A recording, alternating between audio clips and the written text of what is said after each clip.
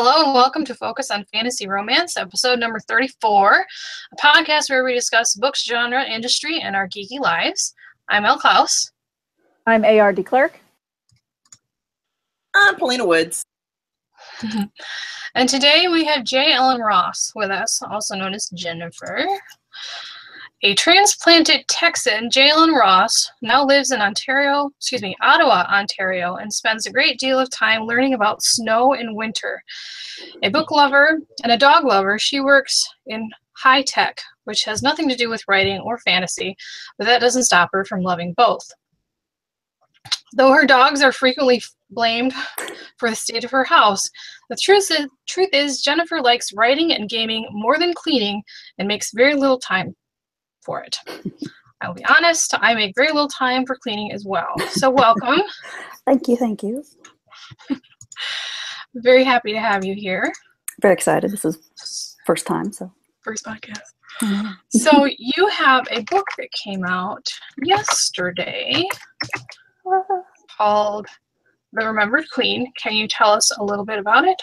Yeah. So it's basically it's sort of a what would you do? So it's sort of a story about what would you do if you met somebody who is either a terrible person or you think might be a crazy person. It's meant to be sort of a morality tale, but also a way to sort of explore that sort of thing. Like if someone tells you they're a terrible person, do you believe them? Do you think that maybe they're crazy? And how does that sort of turn into a whole story? So.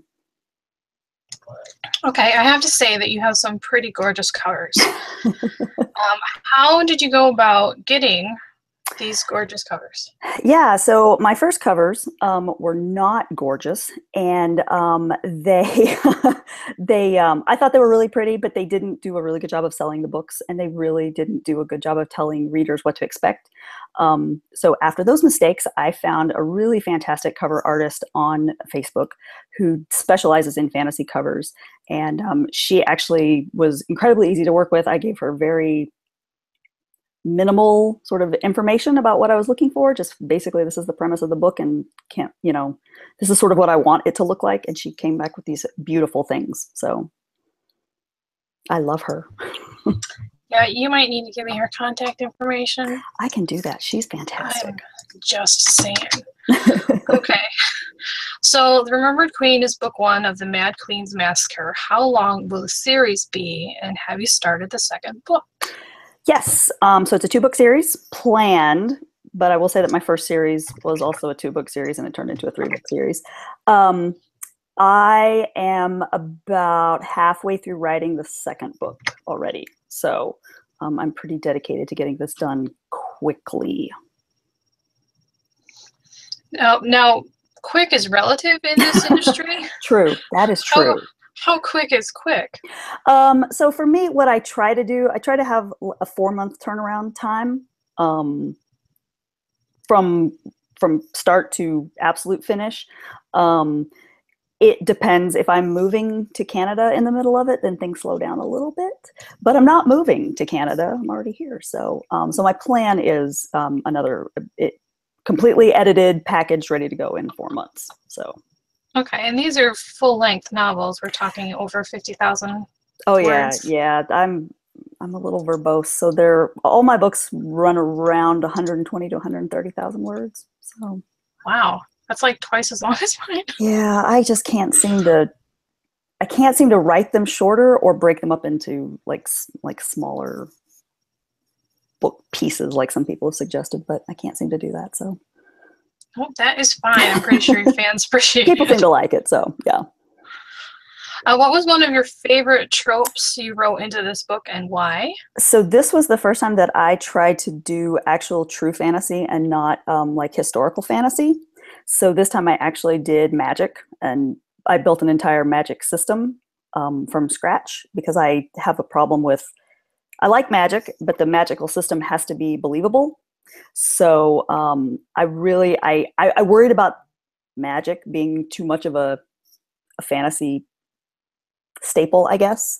But I decided I wanted to do it and I wanted to make it interesting. So I think that the whole magical trope in fantasy is can be overdone, but I wanted to do it anyway, so I did.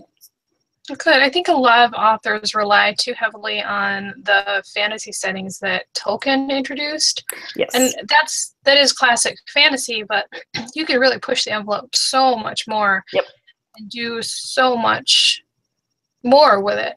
So yeah, and I have a background in medieval history, so I tend to want my settings to be accurate, but maybe without the filth and plague. So I try to, I want the setting to be fantastic. I want it to be interesting, but I do want it to be grounded in a little more accuracy, but again, without the not bathing and dying at 30, which is not as much fun or romantic. So right. It's less romantic. Oh, okay, I'm gonna pass it on to Amy. Okay, so what drew you to fantasy romance as both an author and a reader? So growing up, I loved fantasy. I've always loved fantasy.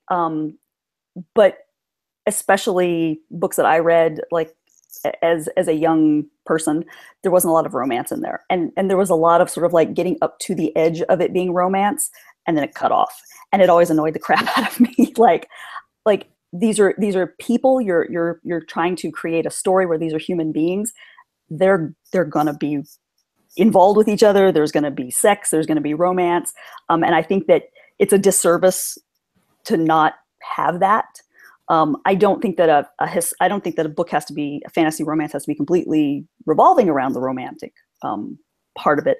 But I like to see it included because again, you're writing about human beings. You're writing about fully fledged characters, hopefully.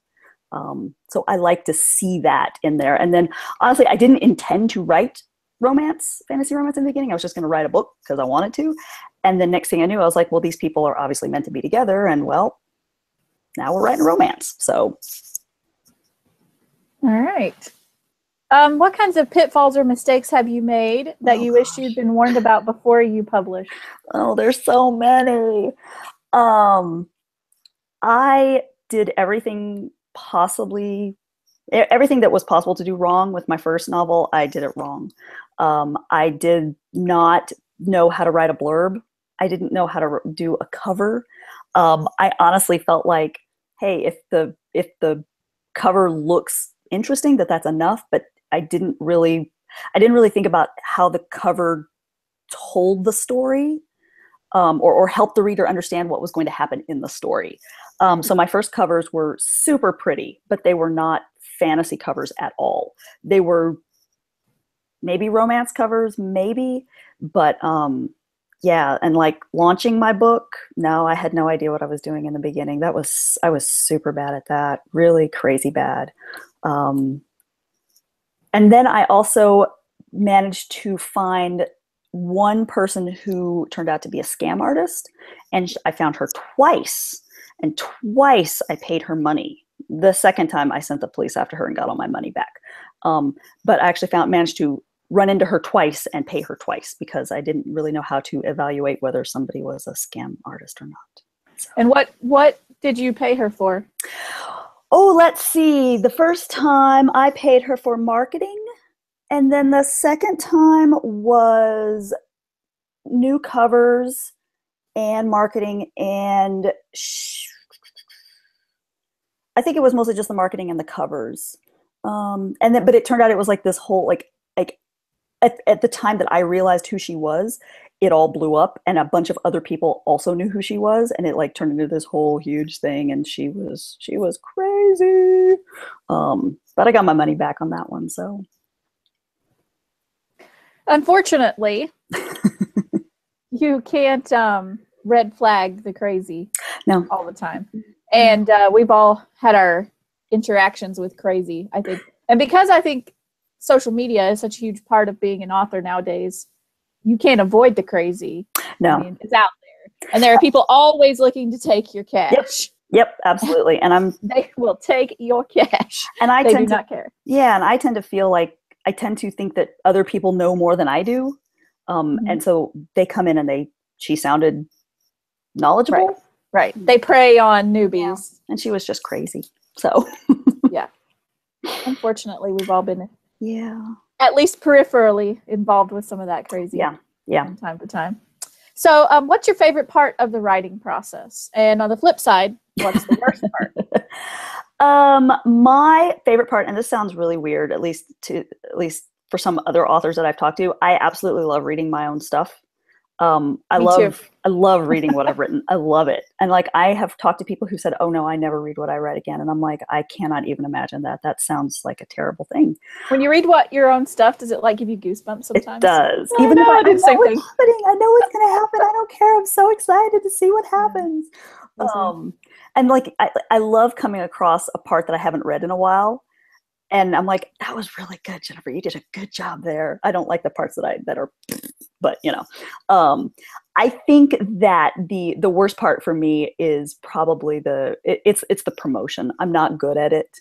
It feels bad, wrong, forced. Icky. I don't know, icky. Mm-hmm. I'm not good at selling myself. I'm getting a little bit better at it, but it still feels. I still feel like I just want to like kind of like walk up behind somebody and just like put my book in their purse and be like, okay, I hope you like it, and then turn around and run away. So yeah, I don't like the promotion. I know. I think I don't know if it's like 75% of authors nowadays are introverts or what it is, but like we're all like, oh, I wrote this really awesome thing. I don't want anybody to look at it. I don't want anyone to look at it. I'm so scared. I'm so afraid. Yeah, exactly. But I'm like I'm like an introverted person, but I'm always like, you know, I can write a pretty good story. So like I have confidence in that, but I don't like to be like, buy my book, everybody, because I'm awesome. You know, I want other people to say I'm awesome and tell people to buy it. Yeah, I don't exactly. I don't want to have to do it. I want it all to be organic, word of mouth. I never want to have to talk to anybody or tell anybody. I just want to put it out there and just be like, yay! Everybody loves my books. Right. Hasn't happened to me yet, but I hope someday it will. Someday it will. Right. Okay, so it's Paulina's turn to ask some questions. Yay! I can talk now.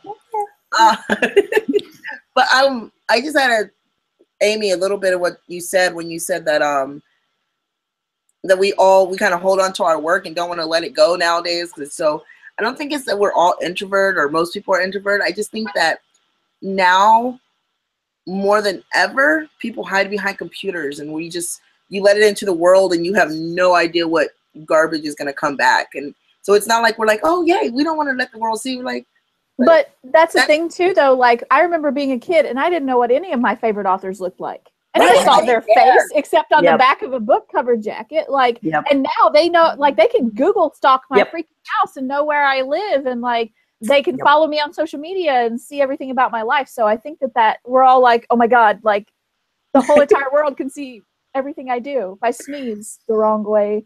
Perfect public service announcement really fast before I ask my questions. If you have Snapchat, turn off your location. Not only can they now know where you are, they can have the exact location of your house. Oh no. So if you have Snapchat and you share it to your fans, turn off location.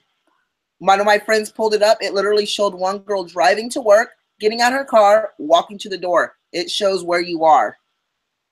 Yes. Oh, not for me. So turn it off. Just like everyone. That's my public service to anyone who watches the show. Okay, so my questions. I'm a gamer. I love games, except for the new Mass Effect that just came out. I want to go strangle whoever made that because they just ruined my whole franchise. So what games do you play and what system? So my husband and I are gamers. We met on World of Warcraft, so we have a storied video game pedigree. We will play any game on any system. He has every system currently. I am pretty much a PS4 player right now, and I am 215 hours into Witcher 3. And by God, I'm going to finish everything. I'm really going to finish it someday. No, don't rush it. I do. No, there's no reason. Dragon Age Inquisition. I'm turning over rocks. Good for you. Exactly. I am getting all of the little random side quests, and I love every minute of it, and I just don't care. I have a list of other games I want to play right now. I really want to play Dishonored 2 a lot, but Witcher is right there. So, and I'm better gonna. than 1. I tried to play 1, didn't like the. Oh, it's so good. Like the camera, how you couldn't move the camera, so I just stopped the whole franchise. Should I keep going? Come back. Witcher 3 is so good. It's so good. It's just fantastic. I'm gonna do it because that was. Yeah. I quit that whole, and it looked so cool, but I couldn't make the camera turn to where I wanted it. I was like moving my remote like this, and like I don't like this game. No, it's really good. Yeah, it's worth it. All right, maybe I'll come back after I finish this stupid Mass Effect game that I can't just get into anymore. Oh, disappointing. But yeah, I can talk about games all day. But something about like I guess when you were writing, you kind of went to art. Is it painting? Yeah, so I do. I paint. I do because God knows I can't leave one thing behind. So I do a lot of fantasy artwork. I do it in pastels, like chalks. It's not the perfect medium for it, but I do a lot of like I do a lot of pictures of like historical reenactment. Because that's the closest I can get to sort of fantasy stuff. So like knights on horses and stuff like that, which works out pretty good. It comes out pretty well. So, do you just do it for yourself? Do you sell it? For the most part, I just do it for myself. I do some pet portraits too. I have sold some of those, like commission. It's not really, it's that sort of, it doesn't pay the bills, but that's sort of a pay the bills sort of thing. It's not really my favorite thing to do. I really like I said, I really like horses and dudes in armor. So that's what I like to do for me. So. Until you have to realize that they didn't wear deodorant and they were in that armor all day when they took it off.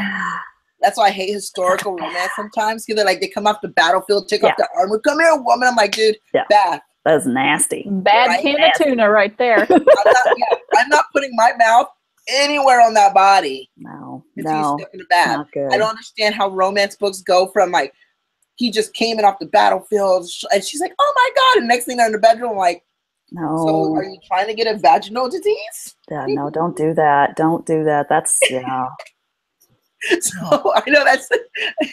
I'm sorry, Elle, but I had to say something because that is my pet peeve. I'm like, take a shower or a bath, throw them in the lake. I don't know. Any of the above would work. So I'm glad you draw and do reenactments of a long time ago. Next time, do one of that and one in the bath. We're good to go. That's right. Does your artwork affect your creativity, or does it help it, hinder it? So I definitely think that it does. I think it does help it. So again, I have a background in medieval history, and I require a level of accuracy. It doesn't have to be fully accurate, but I do want to, for instance, if I'm going to talk about a sword, if I'm going to talk about a sword technique, if I'm going to talk about armor, I expect that I know something about it. And in a lot of cases, I have researched it for the drawings that I've done. So I've actually gone and said, this is how you wear the helm. This is what the helm would look like. Sword accuracy is more important to me. So if I'm going to be talking about a sword fight, I want it to be the proper sort of sword, the proper sort of technique and all. And that does show up in my art. I want that to be as accurate. The last thing I want is someone coming up to me and going, I really love your painting, but the horses, I had somebody who told me that the horses' reins were on the wrong side. And I just was like, oh crap. And so then I had to fix it, and I don't want to have to do that again. So I don't want to have to do that. Hey, whatever helps your creativity. That's all right. Yeah.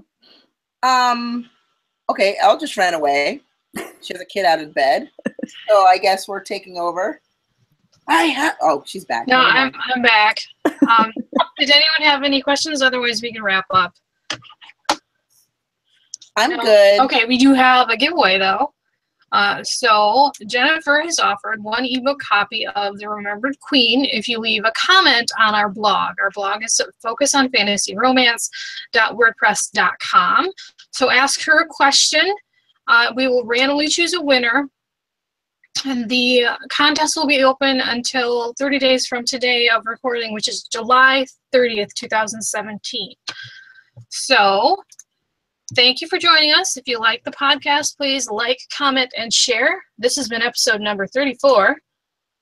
Good night.